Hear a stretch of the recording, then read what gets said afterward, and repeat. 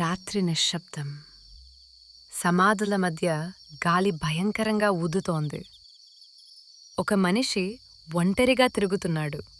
అతని అరుపులు రాత్రిని చీల్చుతున్నాయి. ఎవరూ అతన్ని దగ్గర పడలేకపోయారు.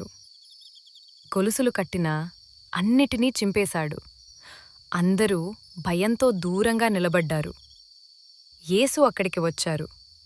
ఆ మనిషి పరుగెత్తి వచ్చి ఆయన ముందు పడిపోయాడు. అతని లోపల నుంచి భయంకరమైన కేక వినిపించింది. అది ఒక మనిషి స్వరం కాదు. అందులో అనేక దయ్యాల కేకలు ఉన్నాయి. యేసు ఒక్క మాట చెప్పారు. చీకటి వణికిపోయింది. ఒక్క క్షణంలో నిశ్శబ్దం. దయ్యాలు వెళ్ళిపోయాయి. ఆ మనిషి ప్రశాంతంగా కూర్చున్నాడు.